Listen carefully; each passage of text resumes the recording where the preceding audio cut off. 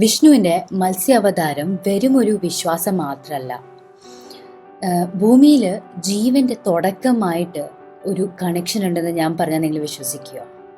പുരാതന ഗ്രന്ഥം നമ്മളോട് പറയുന്നുണ്ട്, കുറേ കാലം മുൻപ് ഒരു മഹാപ്രളയം വന്നിട്ട് ലോകം അവസാനിപ്പിക്കുമെന്നുള്ളൊരു ഭീഷണി ഉണ്ടായിരുന്നു.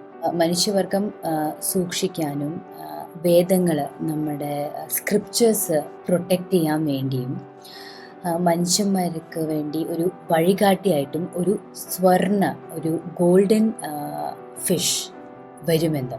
പക്ഷെ ശരിക്കും മത്സ്യാവതാരം ഒരു കഥയാണോ, അതോ ശരിക്കും ഇത് ഹ്യൂമൻ എവല്യൂഷൻ, അതായത് ജീവൻ്റെ ഉത്ഭവനം, അതായത് ഒറിജിൻ, അതിൻ്റെ ഒരു കണക്ഷനെ പറ്റി പറയുന്ന ഒരു സന്ദേശമാണോ?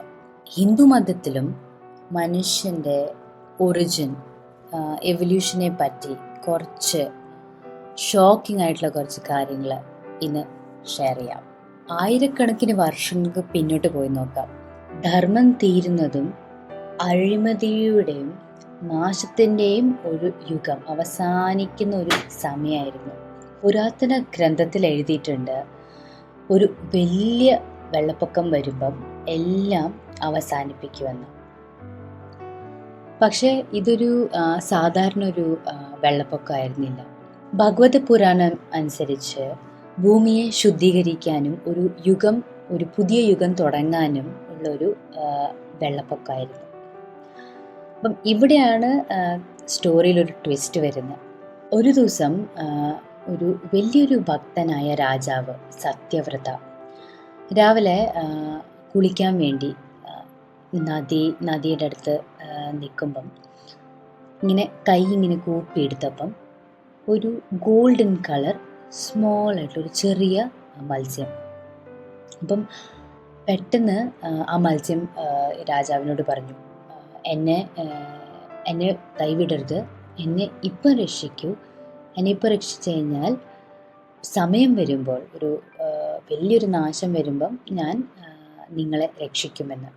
അപ്പം ഈ രാജാവ് എന്താ ചെയ്തത്, ഈ ചെറിയ മത്സ്യത്തിനെ രാജാവിൻ്റെ കയ്യിലുള്ള ഒരു പാത്രത്തിൽ വെച്ചു, എന്നിട്ട് വീട്ടിൽ കൊണ്ടുപോയി. അടുത്ത ദിവസം ഈ മത്സ്യം വലുതായി, ആ പാത്രത്തിൽ ഫിറ്റ് ആവാണ്ടായി. അപ്പം ഒരു വലിയൊരു പാത്രം എടുത്തു, അതിലേക്ക് ഫിഷിനെ വെച്ചു, ആ മത്സ്യത്തിനെ വെച്ചു. പിന്നെ അതിൻ്റെ അടുത്ത ദിവസം പിന്നെയും ഈ മത്സ്യം വലുതായി. അപ്പം രാജാവിന് തോന്നി ഇതൊരു സാധാരണ മത്സ്യമല്ല. അപ്പം പെട്ടെന്ന് രാജാവ് ഓടി ആ മത്സ്യത്തിനെ ആ നദിയിൽ തന്നെ ആക്കി.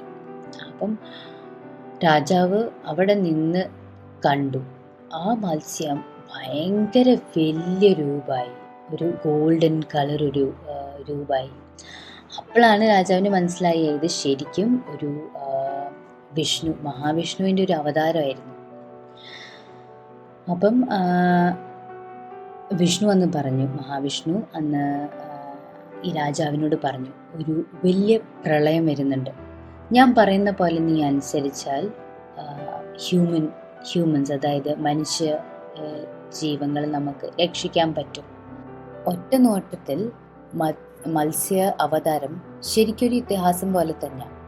പക്ഷേ ക്രിസ്ത്യൻസിൻ്റെ ബൈബിളിലും ഇങ്ങനത്തെ ഒരു കഥയുണ്ട്, നോഹാസ് ആർക്ക് എന്ന് പറഞ്ഞിട്ട്, നോഹയുടെ പെട്ടങ്ങൾ. അപ്പം അതിലും ഇങ്ങനത്തെ ഒരു കാര്യം പറഞ്ഞിട്ടുണ്ട്, ജീവൻ എല്ലാം ഒരു യുഗം അവസാനിക്കുന്നത് ഒരു പ്രളയം വന്നിട്ടായിരിക്കും.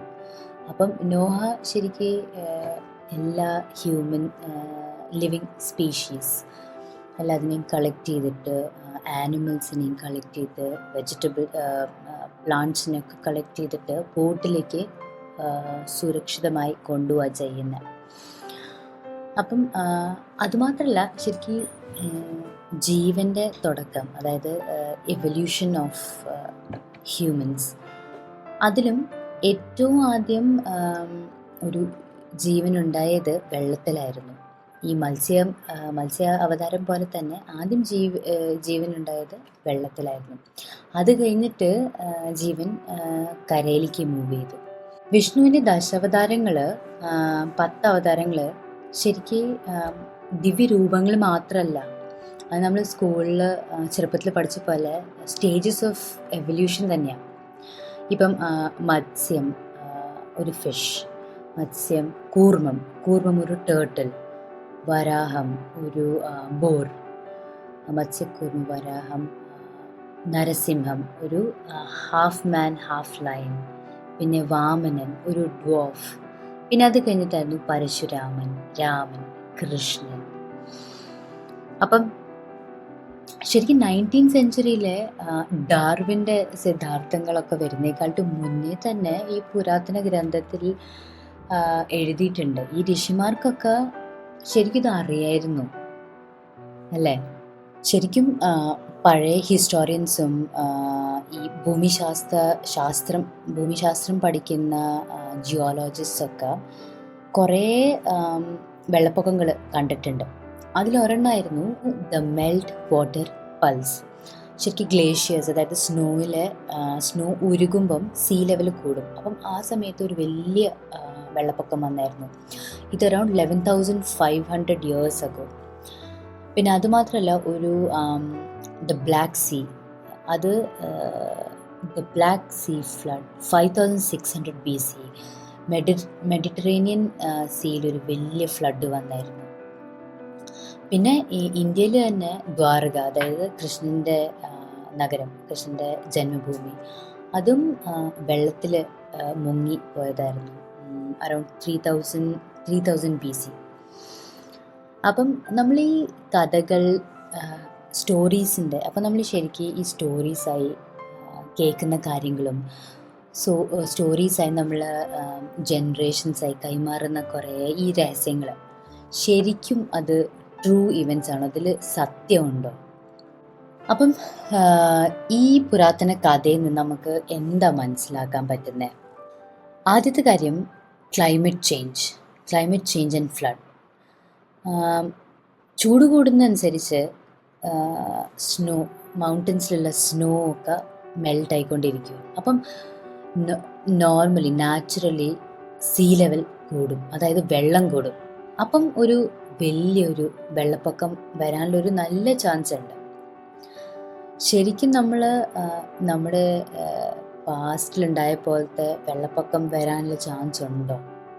ബിക്കോസ് നമ്മളിപ്പോൾ എല്ലായിടത്തും നിൽക്കുന്ന ചൂട് കൂടി തുടങ്ങി, ക്ലൈമറ്റ് ചേഞ്ച് ഉണ്ട്, ഗ്ലോബൽ വാർമിംഗ് ഉണ്ട്, അങ്ങനത്തെ കുറേ കാര്യങ്ങൾ നമ്മൾ കേൾക്കുന്നുണ്ട്. അപ്പം ഒരു യുഗം അവസാനിക്കാറാവുമ്പോഴാണ് ഇങ്ങനത്തെ കാര്യങ്ങളൊക്കെ വരുന്നത്. അങ്ങനെ തന്നെ രണ്ടാമത്തെ കാര്യമാണ് നമ്മുടെ നോളജ്, നമ്മുടെ വേദങ്ങൾ, നമ്മൾ പഠിച്ച കാര്യങ്ങൾ, അതൊക്കെ സംരക്ഷിക്കുന്നത്. ഈ മത്സ്യം ശരിക്കും ഈ വേദങ്ങളൊക്കെ രക്ഷപ്പെടുത്തിയ പോലെ തന്നെ നമ്മൾ പഠിച്ച കാര്യങ്ങൾ, നമ്മളിതുവരെ നേടിയ അറിവ്, അത് നമുക്ക് എങ്ങനെയെങ്കിലും സൂക്ഷിക്കാൻ പറ്റുമോ? ഇപ്പം ഒരുപാട് ടെക്നോളജി ഉണ്ട്, ഒരുപാട് AI, ആർട്ടിഫിഷ്യൽ ഇൻ്റലിജൻസ് ഉണ്ട്, കുറേ സയൻസ് ഉണ്ട്.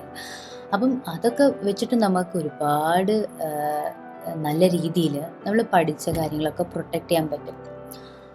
അങ്ങനെയാണ് നമ്മൾ ചെയ്യുന്നത്. അത് ശരിക്കും ഇതിനെയൊക്കെ നമ്മളിങ്ങനെ മുക്കി താഴ്ത്തുകയാണ് ചെയ്യുന്നത്. പിന്നെ മൂന്നാമത്തെ കാര്യമാണ് ഒരു ബാലൻസ്, ശരിക്കും ധർമ്മത്തിൻ്റെ ഒരു ബാലൻസ്. ഒരു യുഗം തീരുന്നത് അഴിമതിയൊക്കെ കൂടുമ്പോഴും ധർമ്മം കുറയുമ്പോഴാണ്. അപ്പം ധർമ്മം ഫുള്ളായിട്ട് തീരുമ്പോഴാണ് ഒരു യുഗം തീരുന്നത്. അപ്പം നമ്മൾ ആലോചിക്കേണ്ടിയിരിക്കുന്നു, നമ്മൾ അങ്ങനത്തെ ഒരു ധാർമ്മിക തകർച്ചയിലേക്കാണോ നീങ്ങിക്കൊണ്ടിരിക്കുന്നതെന്ന്.